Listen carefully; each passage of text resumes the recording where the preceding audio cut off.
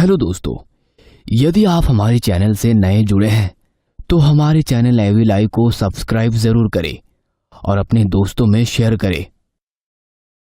अंग्रेजों के अत्याचार अब दिन ब दिन बढ़ रहे थे। कई स्वतंत्रता संग्राम के सेनानी देश को आजाद करने की जद्दोजहद में लगे हुए थे। उनमें से एक था जोरावर, जो एक बड़े अंग्रेज अधिकारी की मौत की सजा जेल में भुगत रहा था। सलाखों के पीछे कैद जोरावर के शरीर पर केवल एक धोती थी। पूस की हाड़ कपा देने वाली ठंड में अर्धनग्न शरीर में वह ठंड और भूख प्यास से बेहाल बार बार बेहोश हो रहा था। इसे होश में रखो, ये बेहोश ना होने पाए।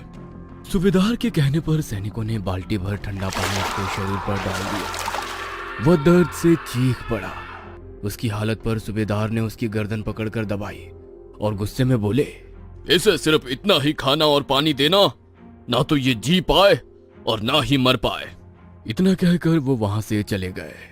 आखिर इस कैदी ने ऐसा क्या गुनाह किया है कि उसकी इतनी भयानक सजा इसे मिल रही है?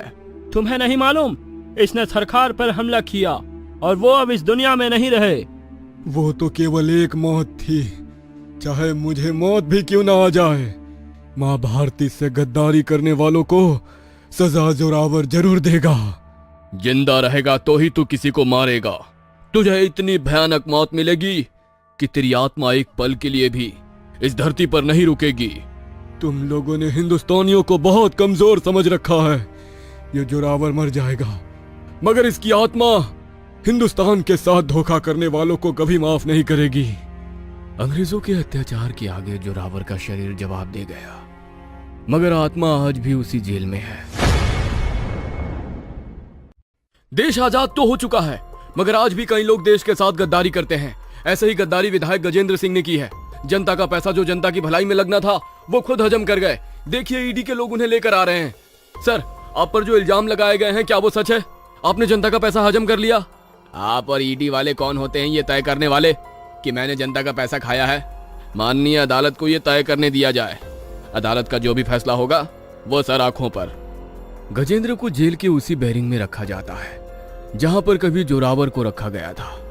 ना जाने क्यों गजेंद्र को बैरिंग के भीतर जाते ही अजीब सा डर लग रहा था। उसे वहां पर किसी के होने का एहसास हो रहा था, मगर यदि वो ये बात किसी को बताता तो लोग उसे ही पागल समझते। शाम हो चली थी। सभी लोग खाना खाकर अपने अपने बैरक में लेटे हुए थे। गजेंद्र भी खाना खाकर सोने की कोशिश करने लगा, मगर खतरनाक गर्मी में जो व्यक्ति पूरे टाइम एसी में रहने का आदी हो, उसे खंडहर में पंखे में कैसे नींद आ सकती है? साला कुछ हो ना हो, यहाँ पर नींद की बड़ी दिक्कत होने वाली है। ये खतरनाक गर्मी और ऊपर से ये मच्छर। ये वकील साहब भी कह रहे हैं 2 दिन तक बेल नहीं हो सकती है। अरे 2 दिन में तो ये मच्छर मेरा पूरा खून चूस लेंगे। खुद से ही बातें करते हुए गजेंद्र ने घड़ी की तरफ देखा तो रात के 12 बज चुके थे। आसपास के बैरक में सब कैदी सो चुके थे। कुछ देर बाद गजेंद्र को तेज ठंड लगने लगी। ऐसा लग रहा था मानो वो कोल्ड स्टोरेज में खड़ा हो। ठंड से कांपते हुए उसने हवलदार को आवाज लगाई, कोई है यहाँ पर? मुझे ब्लैंकेट चाहिए। अचानक इतनी ठंड कहां से आ गई? लगता है तुझे जेल में आने का सदमा लग गया है। इतनी खतरनाक गर्मी में भी तुझे ठंड लग रही है, हैं? हवलदार के कहने पर गजेंद्र को भी एहसास हुआ कि मई के महीने में इतनी ठंड कैसे लग सकती है, मगर सच में भी उसके बैरक का टेम्परेचर बहुत कम था। अरे मैंने कहा ना, मुझे ब्लैंकेट चाहिए। हवलदार ने देखा गजेंद्र ठंड से कंपकपा रहा था। वो भी हैरान था कि इतनी गर्मी में इसे सर्दी कैसे लग सकती है। उसने उसे ब्लैंकेट दे दिया।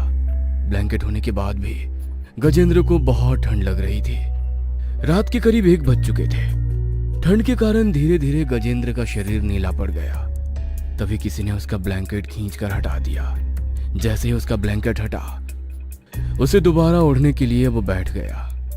तभी किसी ने उसके शरीर पर बर्फीली पानी डाल दिया। गजेंद्र तेजी से चीख कर खड़ा हो गया। कौन है? कौन है यहाँ पर? आधी रात के वक्त इतना ठंडा पानी किसने डाला? कहते हुए वो पूरे बैरक में देख रहा था, पर वहां पर कोई भी नहीं था। गजेंद्र की चीख पुकार सुनकर आसपास के बैरक के लोग भी वहां उठ गए और हवलदार भी वहां आ गया। ये क्या नौटंकी लगा रखी है तुमने? तुम्हें क्या लगता है इस तरह की नौटंकी करोगे तो हम लोग तुम्हें जेल से बाहर निकाल देंगे। अरे कभी ठंड लगती है, कभी किसी ने पानी से भिगा दिया, पूरी तरह से तो सूखे हो, जमीन पर भी पानी की एक बूंद नहीं है। हवलदार के कहने पर जब गजेंद्र ने खुद को देखा तो वो भी सूखा था और उसका पूरा बैरक भी। अरे मैं सच कह रहा हूँ, किसी ने मुझ पर पानी डाला। अरे क्यों चीख रहे हो? मुझे पता है मखमली बिस्तर पर सोने वाले को यहाँ पर नींद कैसे आएगी। अरे मगर बेचारे दूसरों को तो सोने दो। गजेंद्र को समझ में नहीं आ रहा था कि उसके साथ क्या हो रहा है। आसपास वाले बैरक के कैदी भी उसे देखकर बातें बना रहे थे। वह ठंड से कांपते हुए खामोश था। उसे कुछ भी समझ में नहीं आ रहा था। दर्द और थकान से वो बुरी तरह टूट चुका था। ठंड के कारण शरीर का पोर पोर दर्द कर रहा था। आंखें बोझिल होकर खुद ही बंद हो गई। पूरा बैरक में सफेद धुंध छाई हुई थी। उसे सांस लेने में तकलीफ होने लगी। बेचैनी और घबराहट के कारण उसे इतना भी होश नहीं था कि वह खुद का ही गला दबा रहा है। देखते हुए गले से अजीब सी आवाज बाहर आ रही थी। तभी उसे सामने जोरावर नजर आने लगा। देश के साथ धोखा कर रहे हो। इस देश को आजाद कराने के लिए हम लोगों ने कितना कुछ सहा है। क्या इसी दिन को देखने के लिए कि अपने ही लोग इसे बर्बाद कर दें? मगर अब और नहीं, तुम्हें सजा मिलकर रहेगी। मैं दूंगा तुम्हें सजा। जोरावर के बोलते ही वह खुद के गले को और कसकर पकड़ चुका था। उसे सांस लेने नहीं बन रही थी। तभी अचानक उसकी नींद खुल गई। उसे सांस लेने में अभी भी दिक्कत हो रही थी। बैरक में सफेद धुआं अभी भी समाया हुआ था। वह घबराकर इधर उधर देखने लगा, मगर उसे कोई भी नजर नहीं आया। वह जोर से चीख कर बोला, कोई है? मुझे यहाँ नहीं रहना, मुझे मार देगा। अरे कौन है यहाँ पर? कौन आपको मार देगा? वो जोरावर एक स्वतंत्रता संग्राम सेनानी है और वो देश के दुश्मनों को मार देता है। वो मुझे भी मार देगा। अरे वो आपको क्यों मारेगा? आप कोई देश के दुश्मन हो क्या? आप तो जनता के सेवक हो, इस एरिया के विधायक हो।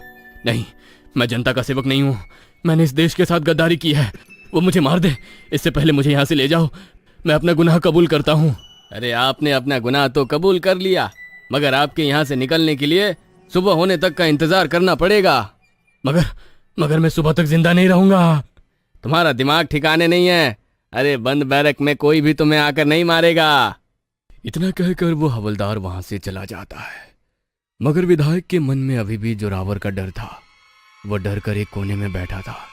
तभी दोबारा एक धुंध सी उस कमरे में आई और जोरावर उससे सामने नजर आ रहा था। देखो, अब तो मैंने अपना गुनाह भी कबूल कर लिया है। छोड़ दो मुझे। यदि तुझे छोड़ दिया तो ये भारत माँ के साथ गद्दारी होगी, जो जोरावर कभी नहीं करेगा।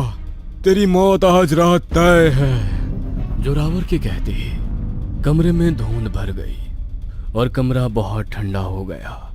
ठंड के कारण उसके शरीर में खून जम गया और नसें फट गई। नस फटने से शरीर में जगह जगह से जमा हुआ खून बाहर आ रहा था। विधायक को बहुत ही दर्दनाक मौत नसीब हुई। अगले दिन सुबह जब उसे बैरक में से निकालने के लिए आए तो उसकी लाश की हालत बहुत ही ज्यादा खराब थी। सब लोग हैरान थे कि इस तरह उसकी लाश किसने उधेड़ दी। पोस्टमार्टम रिपोर्ट के हिसाब से बहुत ठंड के कारण उसकी मौत हो गई। मगर मई के महीने में इतनी ज्यादा ठंड, ये बात किसी को हजम नहीं हो रही थी। विधायक की मौत एक रहस्य बनकर रह गई। आज भी उस जेल में जोरावर की आत्मा भारत माँ को धोखा देने वालों से बदला लेती है। सावधान, कहीं आप भी तो भारत माता को धोखा नहीं दे रहे हैं। हेलो दोस्तों, यदि आप हमारे चैनल से नए जुड़े हैं तो हमारे चैनल एवी लाइव को सब्सक्राइब जरूर करें और अपने दोस्तों में शेयर करें